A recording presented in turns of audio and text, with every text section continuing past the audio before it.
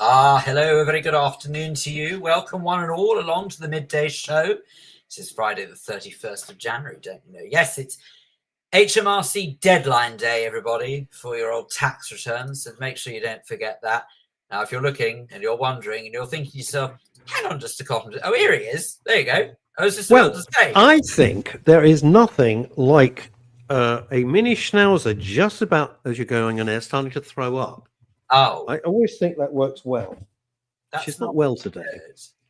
My little baby is not well today. And next month, she will be 16. Wow. Same as Monty, hey? So very good. Yes, this is crazy age. Lovely to see you, by the way.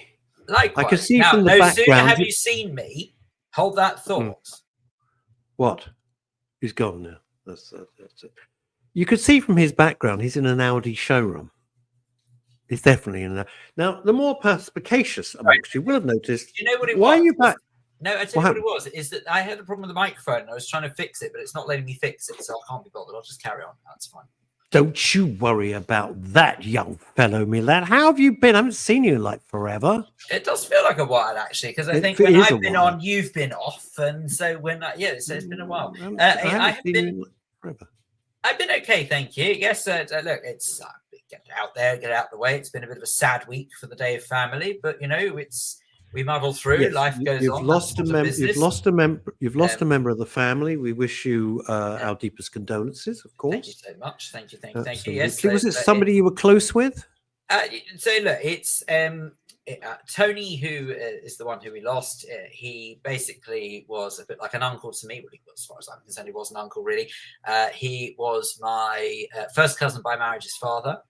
And after many, many years of battling ill health, not necessarily with what you'd be forgiven for thinking, it was a whole variety of things. Yep. Unfortunately, he left us in the very early hours of Thursday morning. So it's sad times, but look, you know, I hope that wherever he is now, he's no longer going through. No longer in pain and suffering. Absolutely. So anyway, but look, that's the sad stuff out the way. So you know, we'll miss him very much. We haven't talked about my life. Yeah. Anyway, as you can see, yes, I'm almost dressed, ready. I will do my tie. I feel underdressed. This is the wrong way round. Well, it is normally, but there you go. I've got time. I've done a podcast this morning. Now the show, and then I'm jumping in the car and driving miles away for a pretty big funeral, which I will be officiating at. Which is obviously always an honor and a privilege, of course, to do so. A little worrying when you get an email. You just happen to glance at an email just before you're about to record a podcast saying, could we just change the eulogy? Which families have had for a long time. Never mind. It's my job. Of course, it can be done. It can. That you can read things on the fly. Think of any news reading you've ever done or what have you, and having to read things last minute when it's changed. So.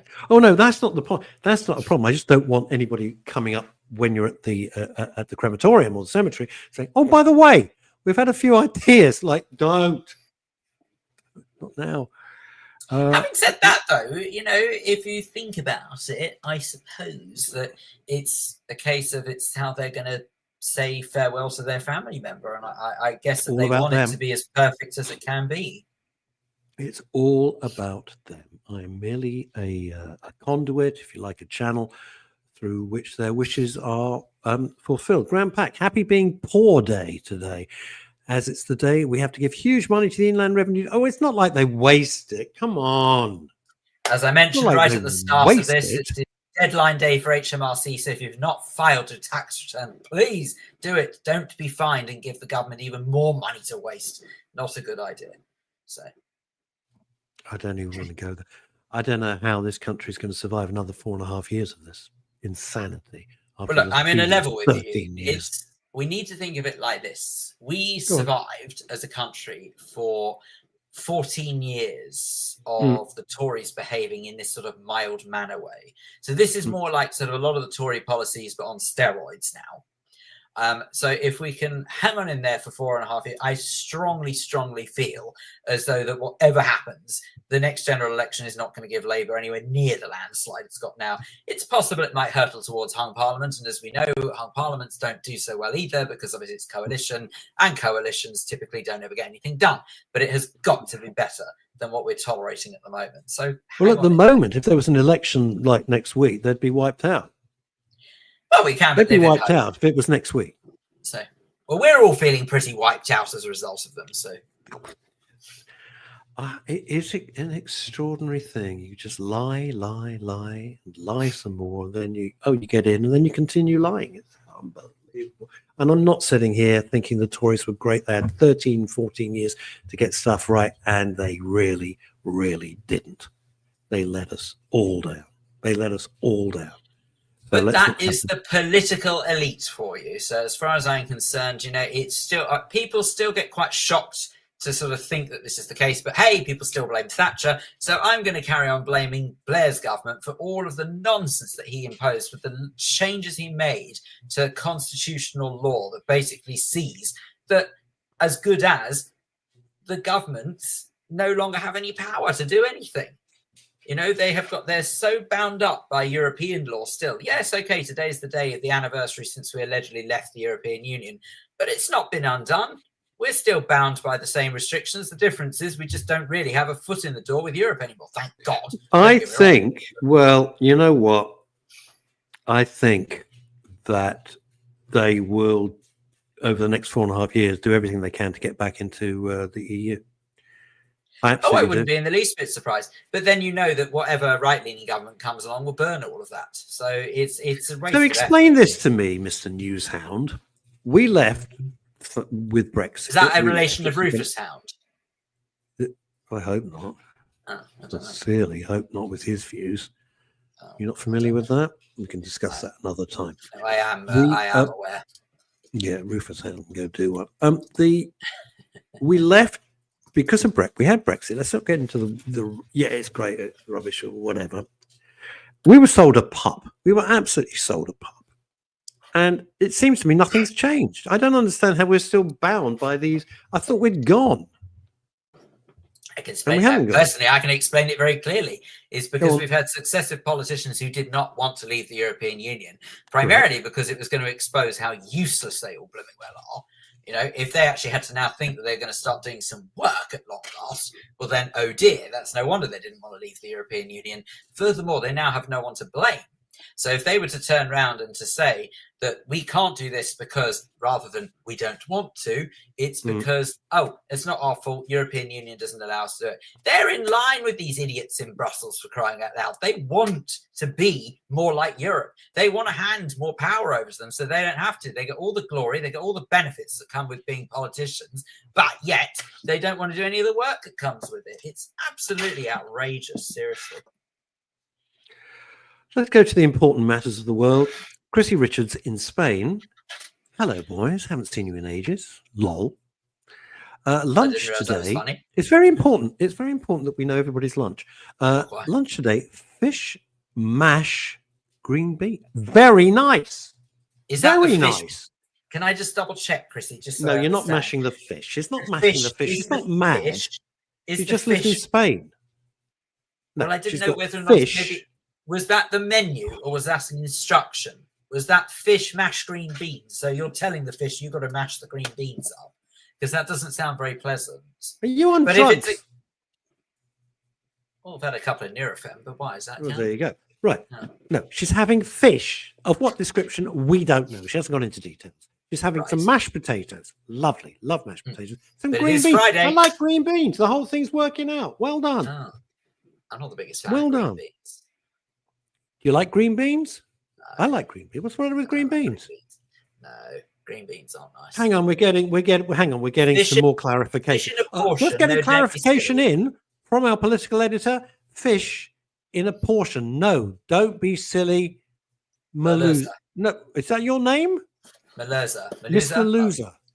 Loser. Wow. Maluza. What the hell's Maluza? Oh, Kimmy coming in. It's hate, basically.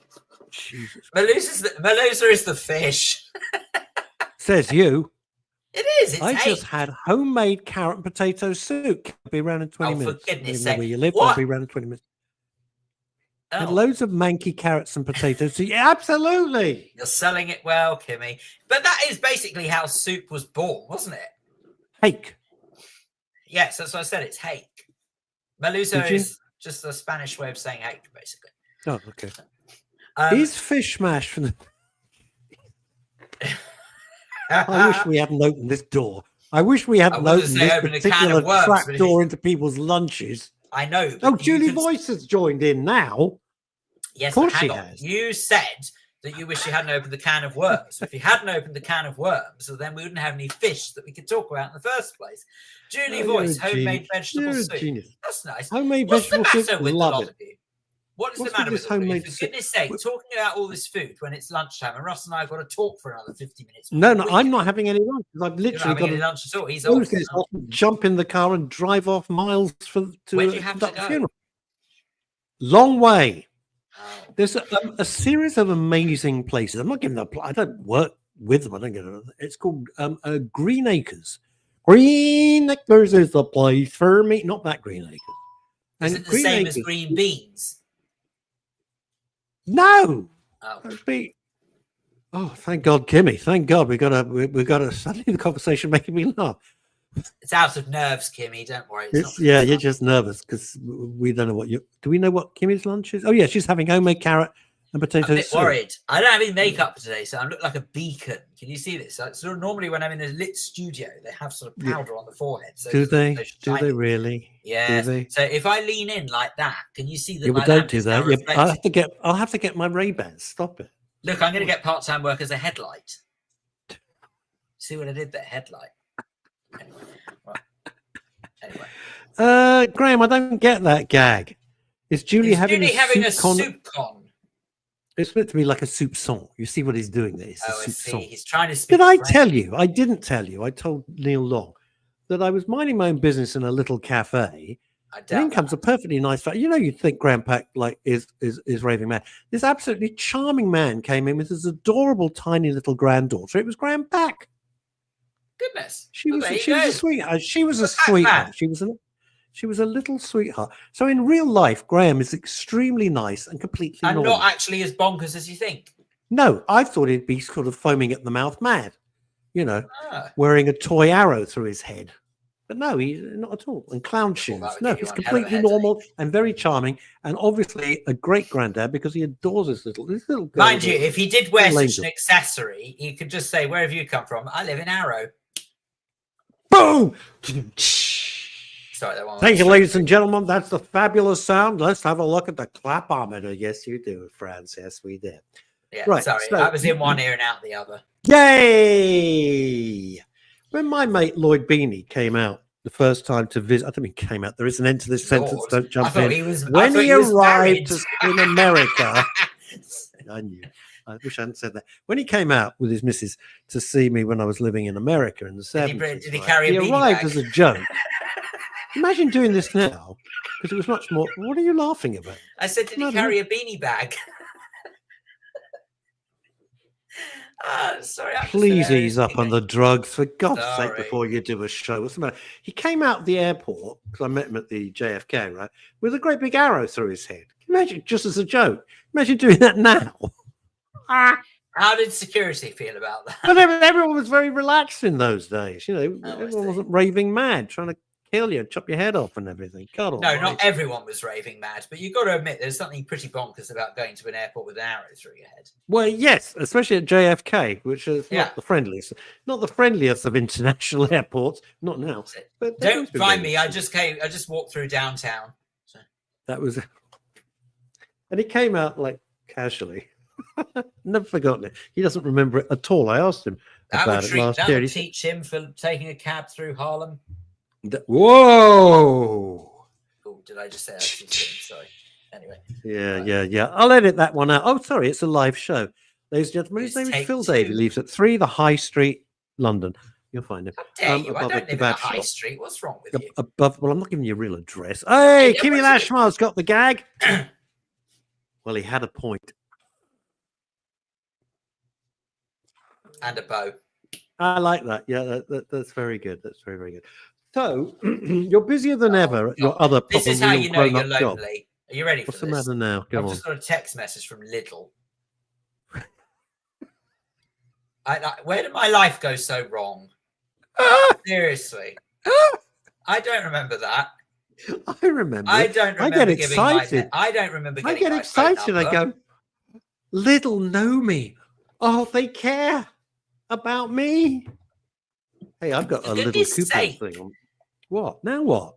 No, I just don't understand. Like, so how did my life go so wrong that just my phone buzzes? Well, I how look long have you down. got, Phil?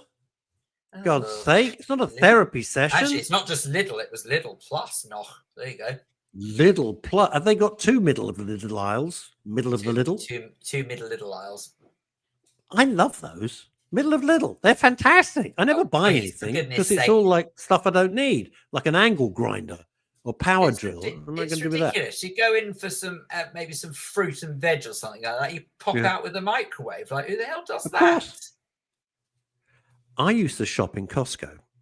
All right, years and years. Used to. Well, I occasionally do now, but very rarely. And because I can't be trusted. I cannot be trusted in Costco, right? And I used to go in for like toilet rolls and kitchen towels, and I'd come out just, oh, that looks a nice TV. Oh, I like that stuff. It's just hopeless. So the only way I could wean myself off my Costco extravaganzas, I'd pull out an amount of cash that I knew would cover just the things I was going out to buy. That was it. When the cash was gone, it was gone. Finished. That was it. Boy, oh boy. I love Costco. It's like a holiday. I haven't been anywhere for 6-7 years. So going to Costco is like a holiday, really. Not being cute. That's terrifying. No, but I suppose actually, if you think about it, it is kind of like holiday-ish because it's so American in the way it behaves. It is like being in another country. I love it. Great. This is cruel from Graham Pack, but horribly accurate. Were they giving you offers for a Valentine's Day? Well, so you'll be delighted. Real for one. Right. So no, Mr. Pack, that's a killer line. Okay, so there you go. Right. So what it actually said was treat yourself. Here, congratulations. Here are your 2 reward coupons. And one of the coupons is for a sweet bakery treat, which very conveniently expired yesterday. That's good. And free fresh vegetables, which also expired yesterday. So basically, Little Plus. You could put it in their soup. The people watching the show. A little bit wrong. All right. Okay. So I'm going to see what my offers are. So if we're going to get into this. But then if you look a little further down, expired yesterday. Not terribly helpful, but thank you for that. Not huge. I'll frame it. Not huge. Right. I'm going to see what my offers are. My offers are. It's nice to know I did qualify for a coupon, even if it's what no the bloody hell use. is this? Oh, that's not bad. No, that's a quid off some wine. Monge 2, 20% off. There's nothing here I actually eat. Oh, God. Snacktastic microwave. No. I'm not interested. Ocean. Oh, here we go. This doesn't look bad. Cat food. That's 30 pence off. It's not going to help me, is it? Do you need any deluxe candles and diffusers, deluxe soaps and lotions, and get you 15% off? I'm pleased you asked this because I thought I'd diffuse the situation. Yay! Do you want a rice cooker? Sorry, a rice cooker, 3 quid off. Don't mind me. I'm out in the sticks. Ah, this is what you need. And you're going to ask me what the hell it is, right? Are you ready for this? I have no idea what this is. It looks like a big piece of look, right. Can you see that? And it says this biscuit joiner. What the hell's a biscuit joiner? It's basically when you get a bourbon and a custard cream and you want to make a hybrid.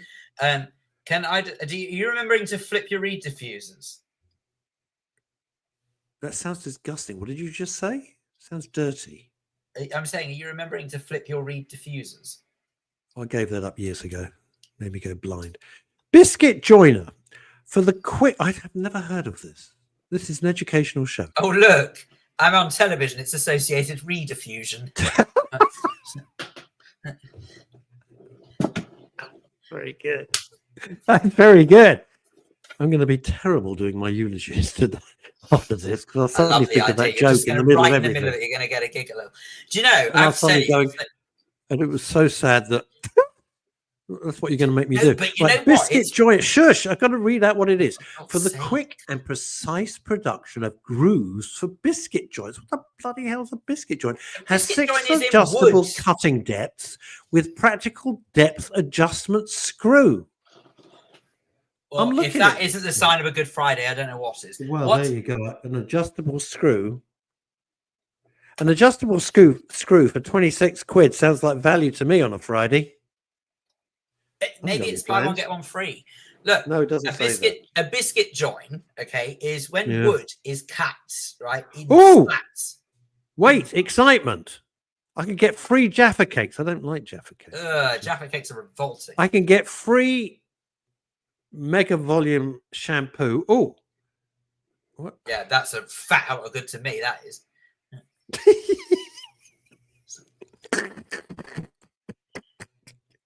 All right. Bye bye, little. Thank you very much.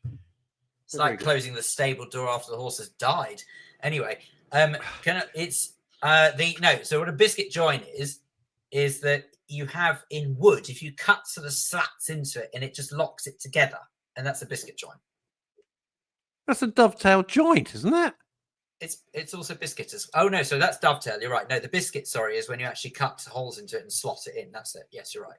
Quite right. Yeah, because I'm really going to be doing that. I don't know. That's going to happen to me. So, you know what you were saying about laughing at inappropriate moments? Oh, yeah, tell me about it. Go on. Okay. So, not that I'd encourage you to necessarily even think about anything remotely humorous when you are carrying out your little No, service. please don't, because I am a very different person when I'm doing that role. No, I'm sure you being are. a buffoon like this role. Well, I'm sure that the family will be delighted to hear it. But well, yeah, I think so. I think they'll be pleased. But hasn't someone in your family got a birthday today that I saw on social media? Maybe. Okay. Well, many happy returns Could to be. that member of your family. Anyway. Could well be. What I was going to say is that last night I happened to be on one of the programs on Talk, you see, on the other channel. Yeah, the big grown-ups. Where I was on Monday. The one where we behave properly. Yeah, and do. Not in the ad breaks, we don't. We're disgusting. Part of the discussion that came up last night was off the back of this, obviously, sort of horrific plane crash that happened in America yesterday. Awful. And awful. Donald Trump, president, was saying that he feels as though that some of the blame could lie with the ridiculous diversity policies. The DEI hirings have been inflicted. It was an inappropriate time to bring it up, but there you go. Well, maybe an inappropriate time, but to be honest with you, he says what an awful lot of people are thinking. So, I mean, whether you think it was inappropriate timing or not, I think there are a lot of people who do think, is this just now ramifications of, for so many years, giving a job to someone just because they tick a box rather than they're actually any good for the job?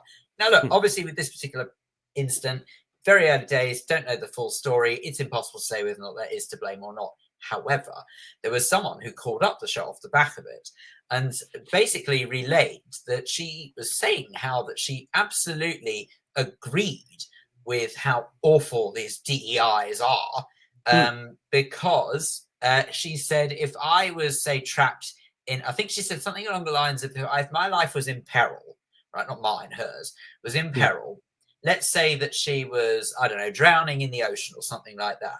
She said she would absolutely not want to see a lifeguard with no arms and who was blind.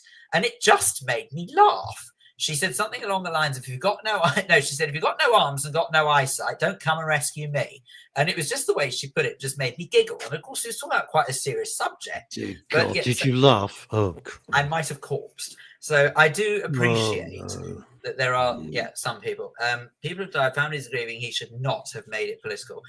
Rosemary, yes, of course, let's not deny that is the case. But at the same time, I think that why he made it political is because he's angry that this had to that this even happened in the first place. So if you don't know what happened, there was a passenger jet, a commercial flight, and a Black Hawk helicopter on maneuvers they collided. So I was about to say flew right into it. Who the hell knows who? One at this stage does not know who flew into who. All we do know is the Black Hawk military helicopter and the commercial flight collided, and I think 64 people died in horrendous and, to be honest, avoidable accident.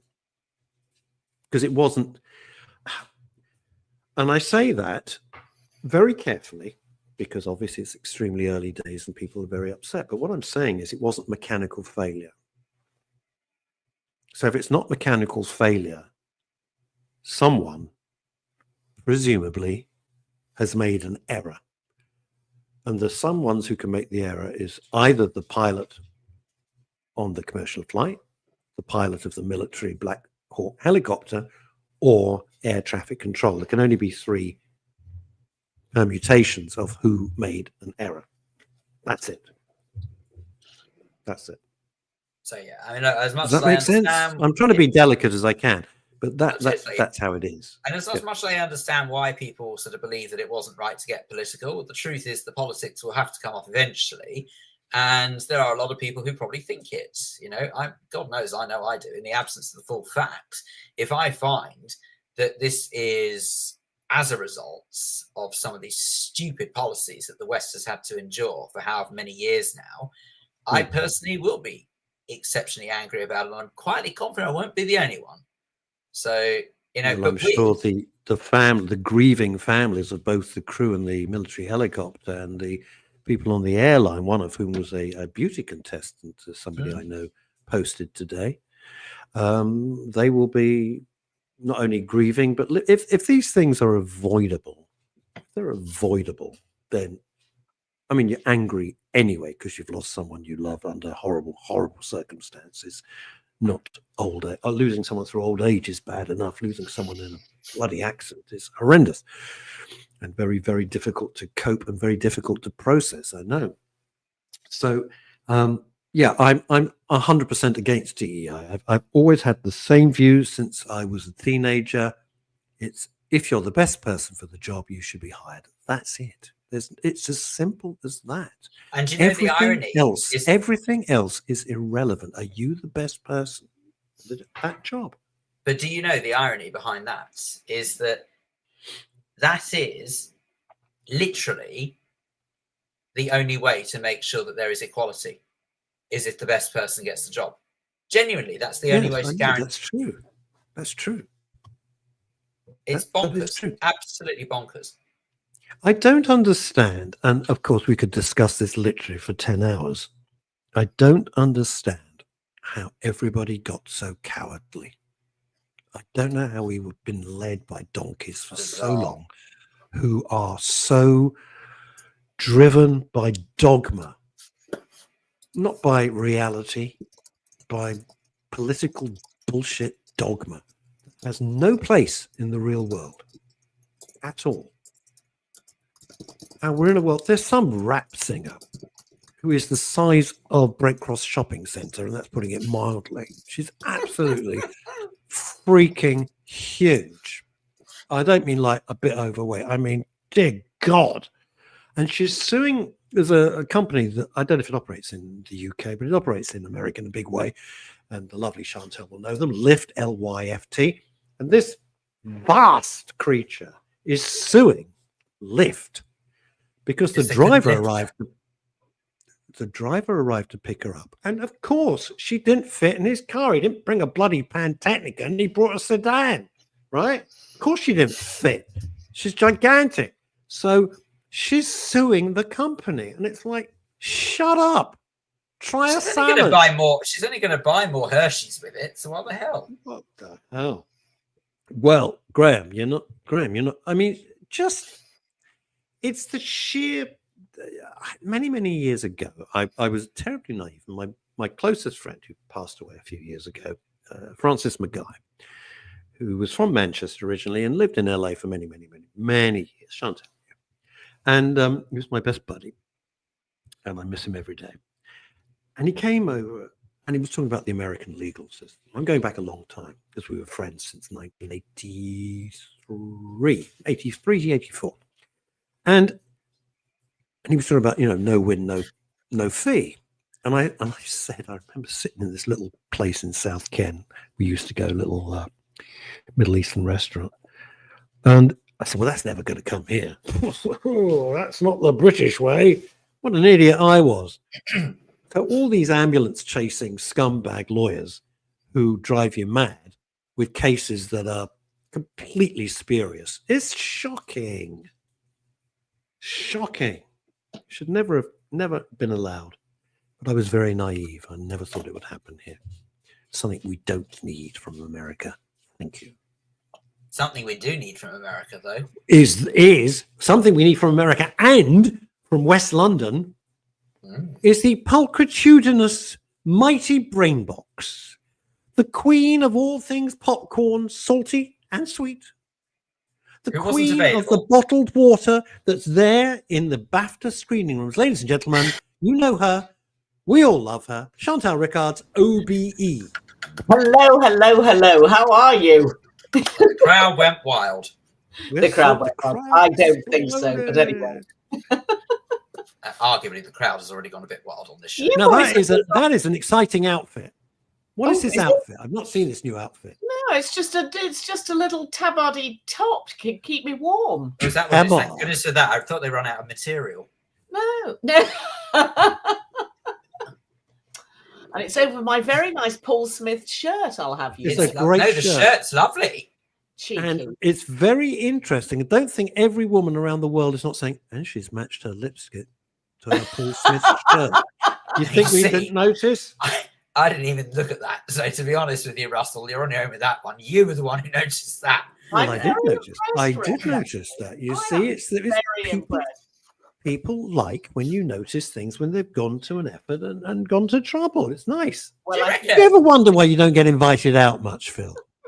Not really. Ever crossed your mind? No, I quite like it.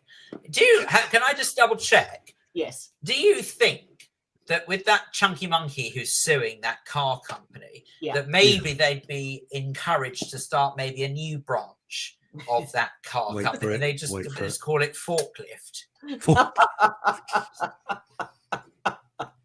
It's so ridiculous. It is so nonsensical that what it is that everybody has to bow down and behave for the tiny exceptions of people who can't look after themselves. Yeah, but as we know, the Americans will sue about anything. And I can't remember if I've told you the story about the mother who sued Disney because her child was taken ill, I think. Oh no, she was taken ill when she was visiting Disney World.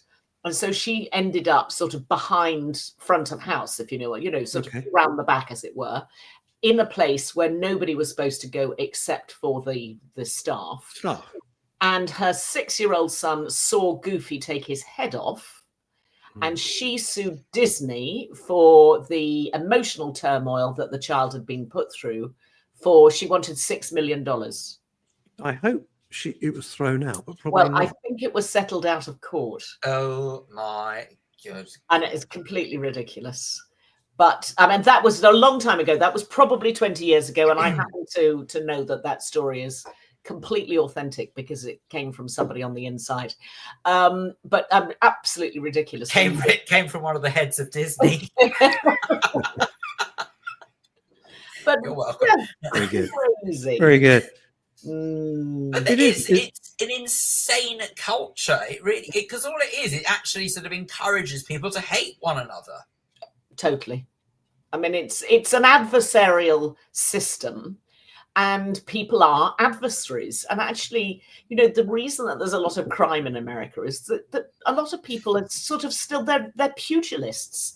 They're not sort of like slightly dopey, soft Europeans at all. They're sort of, they're just a bit goofy.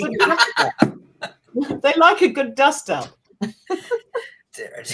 It's just shocking. It really is awful. It is really. It's a shocking state of affairs, and I hope the pendulum swings back to some sensible thing. Indeed. But it can't carry on like this.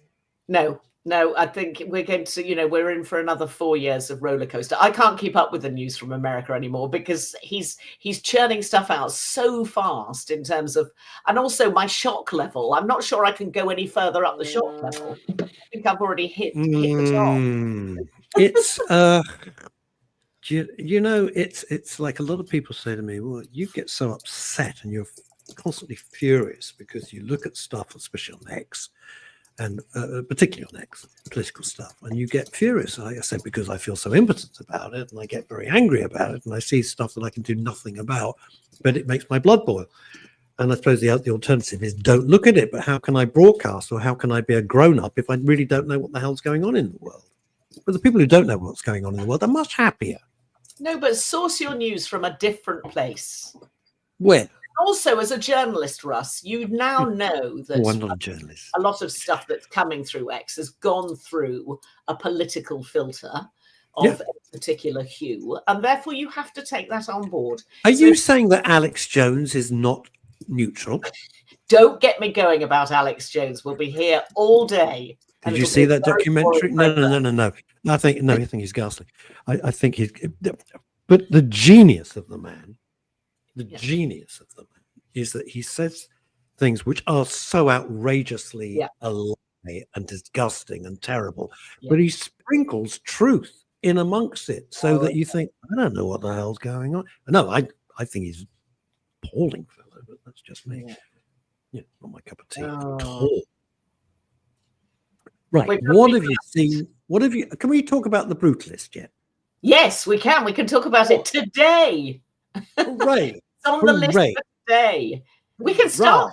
Right. Well, no, because we saw, for those that weren't party to our original conversation about 2 months ago, you and I went off to see The Brutalist, which is a now, sort of a film that has just come out that has had more awards nominations than any other film, I think, and looks as though it's going to have a pretty clean sweep at the Oscars and possibly at the good. So we saw it a couple of months ago. So why don't you lead with The Brutalist for this week, and then we'll go. Okay, it's the story is really unprepossessing. Because it's the story of an architect. And I thought, oh, dear God, really? And it's 3.5 hours long with an intermission. Doubled. Oh, dear God. I don't remember that since Lawrence of Arabia when Mum and Dad took me. So we got to the interval. I looked at Chantal. Chantal looked at me. We went, oh, my God. We were like virtually speechless because we couldn't take our eyes off the screen. I thought it was incredible. I thought it was like Citizen Kane for back then 2024.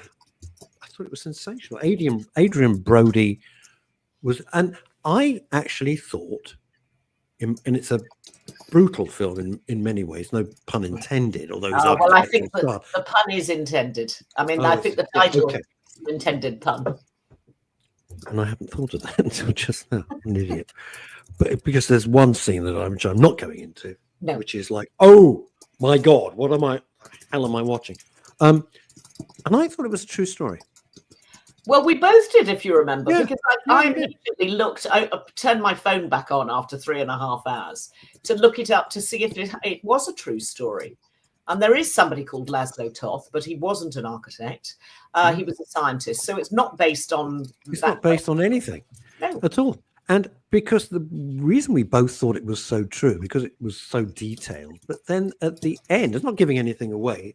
There's kind of footage which looks like handheld kind of footage of an exhibition given in memoriam.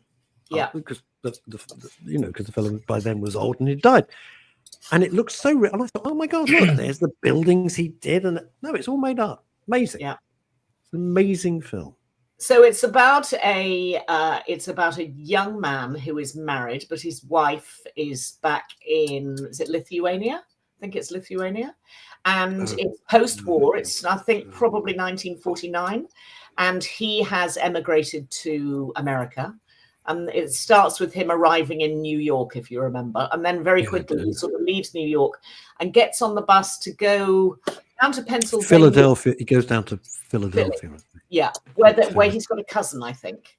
It's his cousin. Yes, it's his cousin, and he had been an architect in Lithuania and celebrated, and was a man who knew his stuff and obviously very good at what he did.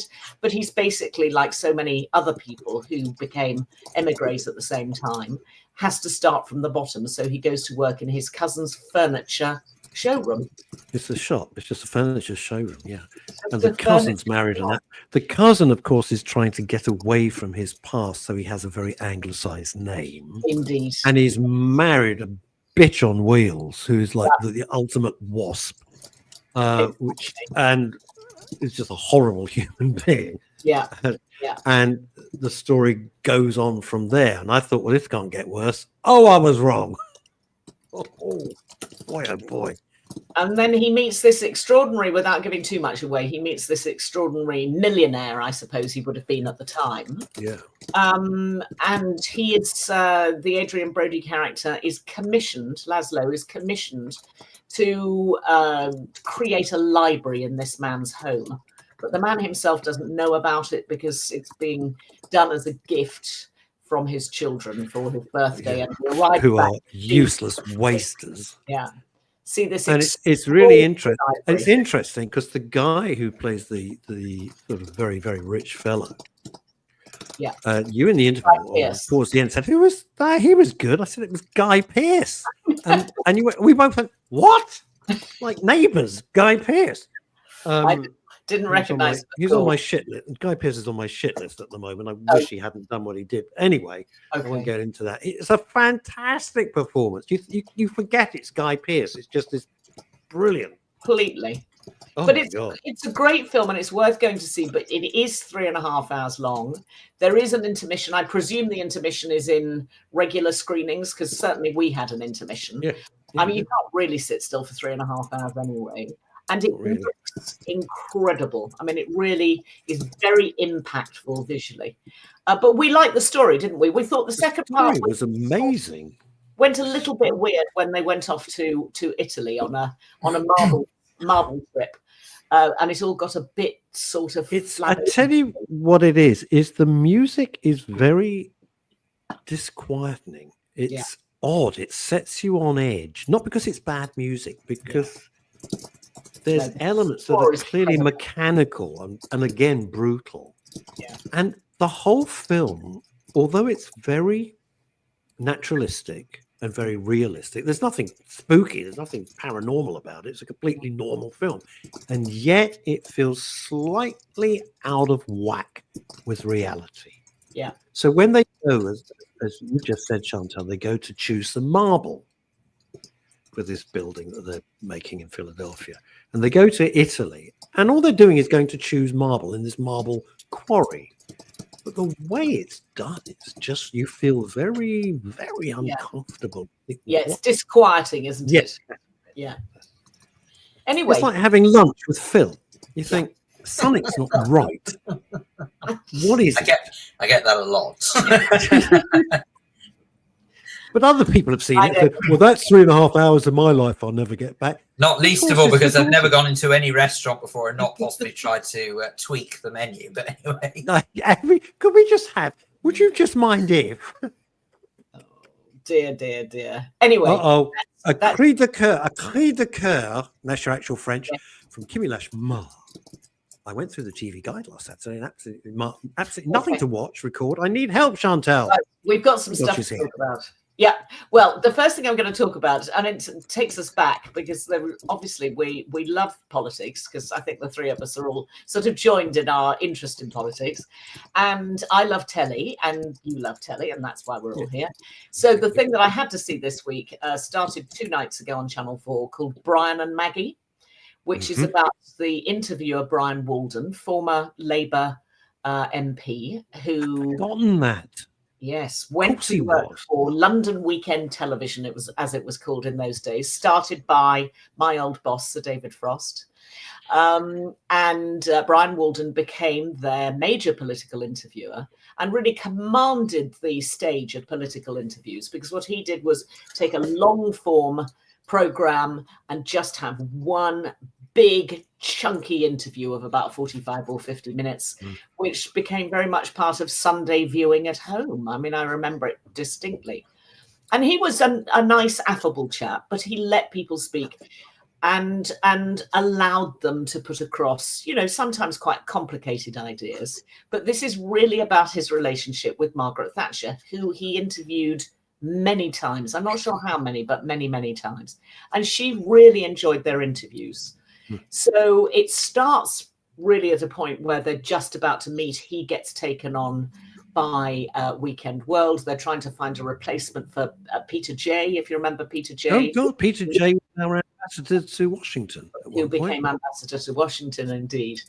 And they were trying to find a replacement for him. And in walks Brian Walden, who is a working class guy from Birmingham and had been a Labour chappie. Rather bizarrely, he's described in the programme as a millionaire. I couldn't quite get my head round how he had become a millionaire and eventually ended up being a tax exile. But it's a very interesting play between the two of them. And it feels in some ways a bit more like a play than a TV show because the conversations are they let them run quite long between the two main characters. And actually, Margaret Thatcher comes across incredibly well. You know, often when we see these things, we look back at people and we sort of destroy their history and their reputation. But actually, Thatcher comes out of it as somebody who liked good debate, who wanted to discuss things. Anyway, it's worth watching is all I would say. It's only 2 hours. It went out on Wednesday night and Thursday night. It's on Channel 4. It's called Brian and Maggie, and it feels authentic. And if you were part of the TV community in those days, there are characters that you will recognise. And obviously all the government ministers are played in by lots of different characters, but incredibly well. And it's Steve Coogan. Is it Steve Coogan? Steve Coogan. I'm going mad. Yeah, Steve Coogan plays Brian Walden with his very distinctive voice. And he had a strange way of talking, did he? Like exactly that. My God, you're a great mimic. That was exactly how he spoke. Shall we take a little trip down memory lane thanks to the wonders of this amazing website, which you two would love if you haven't heard of already, called TV Arc? Have you heard about TV Arc? No, but we're about to, and I'm excited. We're about to have a watch of this and see if this brings back memories. Oh my God! Yes. Isn't that fun? My God, I love that. That takes me straight back. TV Arc is a superb little website. I think it's entirely profit free, but they just preserve all of the idents and sort of some of the big programs that made up TV history. It's brilliant website. Can't recommend it highly enough. Amazing. Oh well, that's another rabbit hole for me to fall down for hours. Just what I need. Yeah, exactly. I'll be there for hours too. Anyway. It's very easy to be there for hours. Believe me, it's fantastic. Big news, because you know what's on tonight, don't you? Tonight.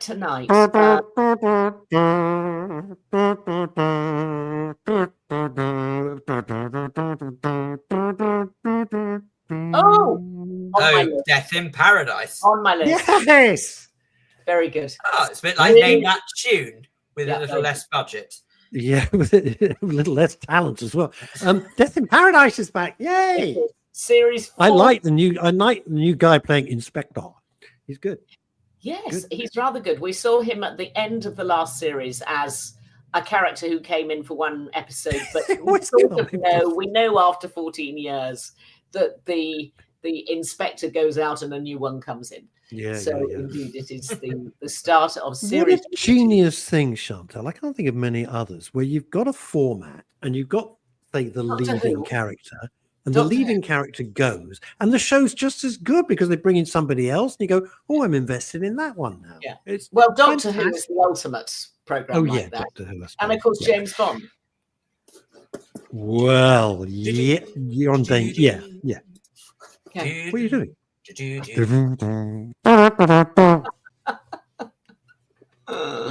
They're in such a mess with James Bond now. Oh my God. We're going to see. Yes. We'll see. No, I'm ever hopeful. Yeah, I know. Yes, Anyway. so Death in Paradise kicks off again. Death in And, Paradise. But I want to lighten the mood somewhat and send you to a TV series I have only just caught up with, and shame on me. I'd never even heard of it, which is completely terrible, but I can't be on top of everything. It's a 5-year-old Aussie comedy. I mean, actually, it starts out more as a drama than a comedy, and I think it gets more comedic as it goes along. I started watching this 2 or 3 days ago, and I've watched 7 episodes back to back. Blimey. Rare for me, but it's beautifully written. It's about a teenage couple, and it's about a teenage girl called Ollie who finds out rather latterly in her pregnancy that she is indeed pregnant, which did happen to a girlfriend of mine who had a baby, and 2 hours before she had it, she didn't know she was pregnant, and she was 9 months pregnant at the time. And she just thought, "Oh, I'm packing on a bit." Did she call for a lift? No, Did she call a lift driver? Did she not think maybe she needs to start chewing her food or something? What the hell? No, she was a bit of a chunky lass. And Lord. if you're allowed, at least the baby had plenty of room. So anyway, this lovely young girl called Ollie. It's like Buckingham Palace in here. Stop it! Stop! It's a friend of Chantal's. We've got to be polite. No, being polite. Very considerate to her baby. But the TV show is indeed called Bump for all the right reasons. I love that. Brilliant. And it starts from this very dramatic moment where she's suddenly not terribly well at school and throwing up in the loos, and then gets hospitalized, and then 2 minutes later she becomes a parent, and everybody's shock, very surprised. It's beautifully done. There are 3 or 4 main characters, and the characters get more and more fleshed out as they go along. It's been a massive hit in Australia, so again, I have no idea why I missed it. And the BBC have been running it actually for about 5 years, but the 5th and final series has just gone to air, which is why I picked up on it in the press, and I was going, why do I not know this program? I said simply missed it. Anyway, it's delightful. It's total feel-good factor writ large. But it's got some very serious things about, young parenthood and the responsibility, and whether being a single mum is a good idea or a bad idea, and how much a chap can be invested in his fatherhood if the girl doesn't want him to be. And there's some quite serious things going on, but it's just delightful, absolutely delightful, which is why I've watched 7 episodes back to back. So I haven't slept much for the last high testimony indeed. Can I just say, actually, at this stage, so that's Bump. That's an so where's that? On the BBC, yeah. So can I just say, there's a series that I have happened across that is brand new from Netflix, and I'm very, very excited. I've just finished watching it. I pretty much watched it in about 2 days. Oh, okay. Unusual for me. But this is the latest efforts from Harlan Coben, who I am mildly obsessed with. Yes. And it's his latest series is called Missing You, and that's now out on Netflix. The only thing I would say slightly irritates me is there's quite a lot of box ticking going on again. Oh, just a bit. We know that happens in this day and age, sadly, because people are terrified of offending anyone. Well, it offends me, but anyway. However, if you put all of that nonsense to one side, the actual drama itself is blooming brilliant. And naturally, I mean, there's so much going on. Until the end. Exactly. You don't really know which way to turn until it actually all comes together in the last episode. But an absolute summary would be that it starts off with a police officer whose late father, was also a police officer, but has been, basically was killed. Who she thought killed him is not the case. She finds out that in the first episode. And then it's about the successive episodes about how her father's death actually came about. And it's brilliant. Very good. Typical. I thought the end, I was all caught along and I was going along. Steve Pemberton is... Oh my God, he's so brilliant. Terrifying. Steve Pemberton is probably the most he's like a comic actor normally. He's brilliant. He's the most underrated... The guy's incredible. Yeah, he's good. Really fantastic. it was all going on. I'm not going to do any spoilers. Don't worry. Don't have to block your ears or anything. And it got to the very end of the last few shots. And I thought, you are kidding me. I got really annoyed. at the end. But I often find that the problem with Harlan Coben is that sort of the ride is so much better than the actual conclusion, you know. Okay. But it's worth it. It's absolutely worth it because you think, whoa, okay. Right. Oh, dear. interesting. Yeah, we gave it a thumbs down. Love Oh. Steve Pemberton. Steve Pemberton was sensational. My Oh, God. dear.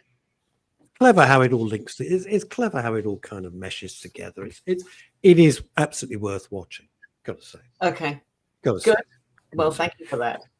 But you'll be annoyed at the. Yeah, I mean there were plot holes you could have driven a Tesla Yeah. Cybertruck through. You're thinking, well, that's But only if ridiculous. it didn't blow up. Look, I have to say That wasn't fair. They didn't blow up. They set a bloody firework underneath. It didn't blow up.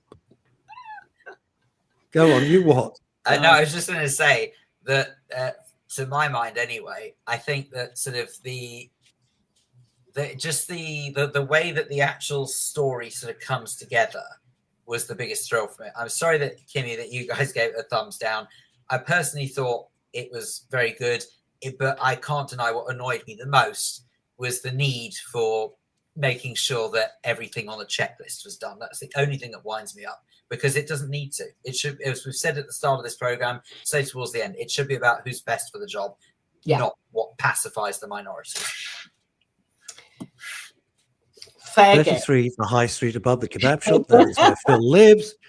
This is it, because I got most people, they were saying, you got to watch this, you got to watch this. And Kimmy, I'm with you, because so many people said, oh, this is on. I thought, well, but it's great. And Mind you, actually, I feel like we're living in a parallel universe. Chantal normally comes on to tell everyone else what to watch, and we're the only ones telling her what to watch. Everyone else has seen it. I'll tell you what was terrific this week. Oh, yes. Was there's a new series of Silent Witness. Yes. New series of it. Honestly, I know, but I watched it on mute. No, I as you know, I think that series should have been put to bed years ago. Kind of should have.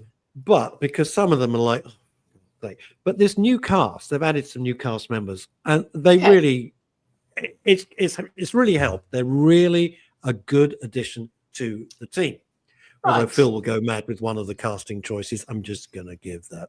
I'm walking wide of that. You don't understand. It's not anti anyone getting a job ever. It's if they're right for the job. That's all it boils down to. She's a person of tiny stature. I don't know what the phrase is these. I don't want to offend anybody. It for yonks. No, not Clarissa, not the fantastic. Clarissa. No, completely new person. No, not the actress who I actually spoke to on Twitter quite a bit at the time, who played Clarissa, was fantastic. She was absolutely bloody marvelous. No, this new person's only got a little part. So. Phil Dave, 33, the high street above the kebab shop. Please take your complaints there. When did you become sensitive? Crying out loud. Because I'm getting into doing my celebrant mode. Hence, I see. I can't be a complete idiot. I didn't realise celebrant meant you had to become woke. Oh, I'm really woke. Yeah, but you do have to be super sensitive. I do have to be very, very, very sensitive with my wording. And just remember. Anyway, put all that to one side. Even if you've never seen the show, there was 2 episodes. What's her name? Amelia Fox. She's on a plane. She's coming back from a conference, and all hell breaks loose on this plane. Okay. Oh my God! It was really, really, really good. And what made me laugh the most is one of the main protagonists. I'm not going to say who played the part. All right. There's a biohazard. I'm putting it mildly. If I say biohazard, right? It's a sort of like really bad, right? Attack on the plane. And she got on a Virgin flight this week. And of course, she looks completely different when she's made up normal, not to look all drab like this. And she said the staff were terrified of seeing her on getting on the plane. And I said, I would have got off. I would have got off the plane if I saw. Oh, well, Kimmy, you're not wrong. No one seemed to be doing anything. Yeah, I'll leave that. Oh, God. Enjoy your Oh, lunch. hang on. She's on fire today. Phil, could you read this? My throat's killing me. Which is great. Considering what I do. That's gonna work for this afternoon, isn't it? Yeah, we just I know. started I can watching feel it from scratching. first series on iPlayer, and it was so much worse then. Amanda Burton aside, the stories back then was boring. Really? Yeah. Interesting. I like Amanda Burton though. She can't do any wrong. No, but you'll have viewing for a lifetime if you've gone back to series 1. Oh. Bloody hell! It's series like 859 or something. A bit like saying I'm going to start watching Coronation Street from episode 1. Ah, if only. I don't How know. is Ina Sharple's Minnie Caldwell? Everybody, Albert Tatlock. Are they still in the show? Oh, those we still, have. they're still there. My favourite line ever from Ina Sharples. So she's sitting in the snug in the Rover's Return. Minnie Caldwell, or whatever her name is sitting next to her, alongside one of the others. I can't remember her name at this precise moment in time. Martha, somebody. Martha, that's it. Yep. Come back to me in Never due watched course. the show. She sat there. She's just talking about how they're talking about end of life. She said that, and I quote, "If I had my way, I'd just like to go the way my mother did." And then Minnie chimes in, that were a beautiful ending." "Oh, lovely," says Ina. "She just sat up, broke wind, and died." And on that note, have a great week. Chantal, thank you so much. Thank you all. so much. Lovely to see you. Lovely to see you. Thank you, everybody. And we'll be back, Longy and I, on Monday. Until then, stay safe. Have a wonderful weekend. Chantal, as always, our thanks and love go to you. Thank you so much. Take care.